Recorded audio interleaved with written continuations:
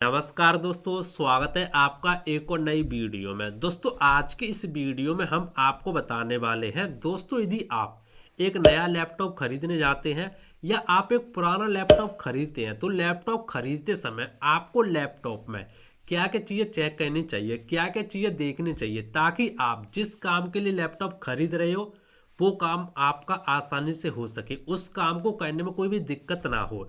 जैसे दोस्तों मान लो आप गेमिंग के लिए लैपटॉप खरीद रहे हैं तो आपको उसमें कितनी जीबी रैम होनी चाहिए, कितनी जीबी स्टोरेज होनी चाहिए, कौन सा प्रोसेसर होना चाहिए, कौन सा ग्राफिक्स होना चाहिए, ये चीज़ें आप यहाँ पे देख सकते हैं। यदि मान लो आप वीडियो एडिटिंग के लिए खरीद रहे हैं तो आपको उसमें क्या क्या चीज़ें चेक करनी है। इसी तरीके से दोस्तों यदि आप एक बिजनेसमैन है, अपने ऑफिस के लिए लैपटॉप खरीद रहे हैं या आप एक स्टूडेंट है, कंप्यूटर कोर्स सीखने के लिए लैपटॉप खरीद रहे हैं तो आपको उसमें क्या क्या चीज़ें चेक करनी चाहिए। आज के इस वीडियो में दोस्तों मैं आपका डाउट बिल्कुल ही क्लियर कर दूंगा। यदि आप जानना चाहते हैं इसके बारे में तो बस आपको इस वीडियो को लास्ट तक देखना होगा। ए टू जेड जानकारी मैं आपको सब कुछ एक वीडियो में दे दूंगा, आपका डाउट बिल्कुल क्लियर हो जाएगा। जो भी आपका काम है उस हिसाब से यहाँ पे लैपटॉप आप खरीद सकते हैं। गेमिंग करते हैं तो अपने गेमिंग के हिसाब से लैपटॉप खरीद सकते हैं। यदि आप एक वीडियो एडिटिंग करते हैं तो अपने हिसाब से लैपटॉप खरीद सकते हैं। यदि आप एक बिजनेसमैन है, ऑफिस का काम करते हैं तो आप अपने हिसाब से यहाँ पे लैपटॉप खरीद सकते हैं। यदि आप एक स्टूडेंट है, कंप्यूटर कोर्स करना चाहते हैं तो आप अपने हिसाब से लैपटॉप खरीद सकते हैं। ये वीडियो देखने के बाद आपका डाउट बिल्कुल क्लियर हो जाएगा, आपका यहाँ पे कोई भी डाउट नहीं रहेगा। यदि आप जानना चाहते हो तो बस आपको इस वीडियो को लास्ट तक देखना होगा। हेलो दोस्तों, नमस्कार, मैं राहुल कुमार स्वागत करता हूँ आपके अपने चैनल GSR बजरंग में। दोस्तों चैनल को सब्सक्राइब जरूर कर ले, पास में बेल आइकन दबा के ऑल पे जरूर क्लिक कर ले, ताकि इस तरीके की और वीडियो लेके आऊँ आपके पास नोटिफिकेशन आ सके, आपको पता चल सके और आप हमारी वीडियो को देख सके। तो आइए दोस्तों शुरू करते हैं आज की वीडियो। तो आइए दोस्तों अब हम आपको स्टेप बाय स्टेप समझाने वाले हैं। आपको नया लैपटॉप खरीदते समय या पुराना लैपटॉप खरीदते समय आपको लैपटॉप में क्या क्या चीज़ें चेक करनी चाहिए, ताकि आप जो काम करने जा रहे हैं लैपटॉप में आपका काम सही तरीके से हो सके, आपको कोई भी दिक्कत का सामना नहीं करना पड़े। लेकिन दोस्तों चेक करने से पहले सबसे पहले दोस्तों आपको डिसाइड ये करना है कि आपको सबसे पहले ये देखना है कि हम लैपटॉप किस काम के लिए खरीद रहे हैं, हमें लैपटॉप में क्या काम करना है।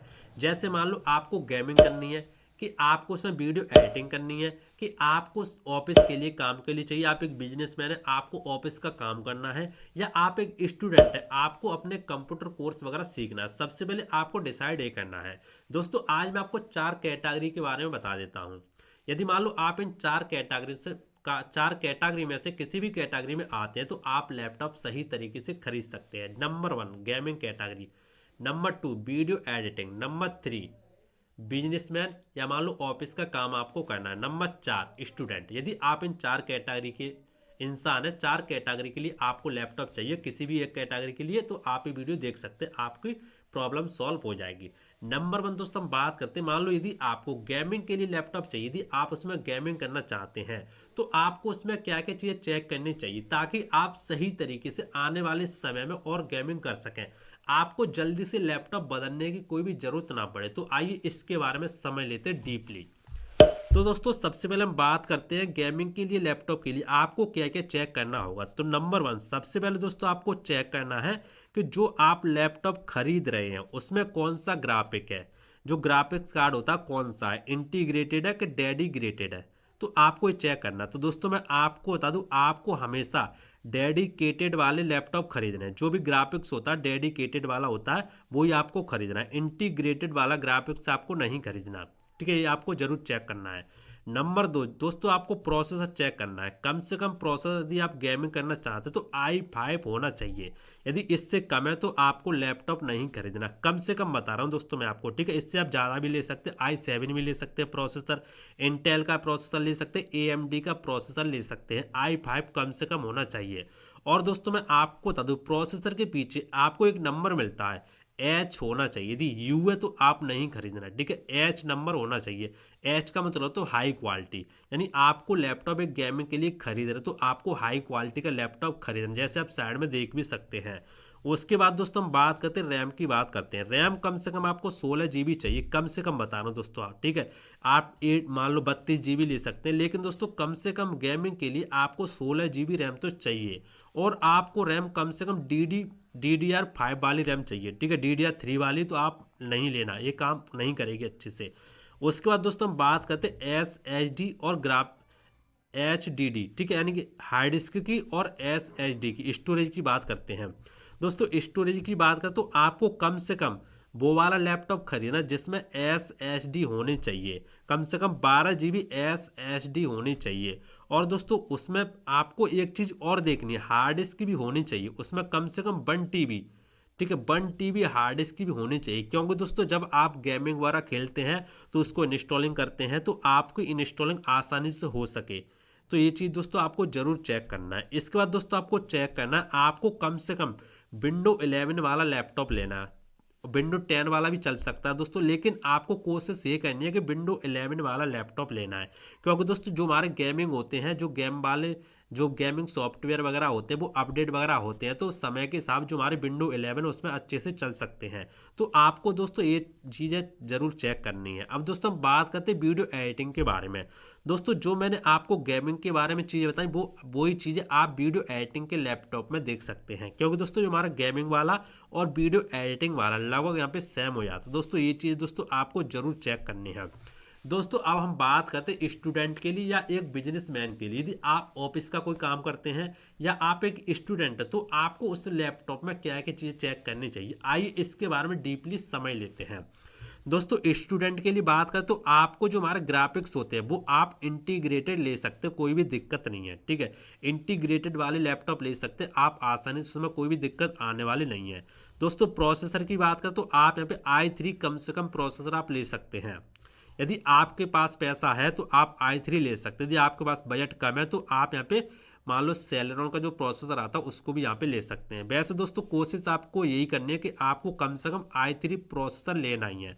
रैम की बात करें तो दोस्तों आपको 8 GB रैम कम से कम लेनी है DDR4 की, DDR3 की नहीं चलेगी। DDR3 की आप ले भी लेते हैं तो आपको जल्दी से लैपटॉप बदलने पड़ सकता है, लेकिन दोस्तों आपको कोशिश ये करनी है कि आपको 8 GB रैम कम से कम लेने DDR4 की।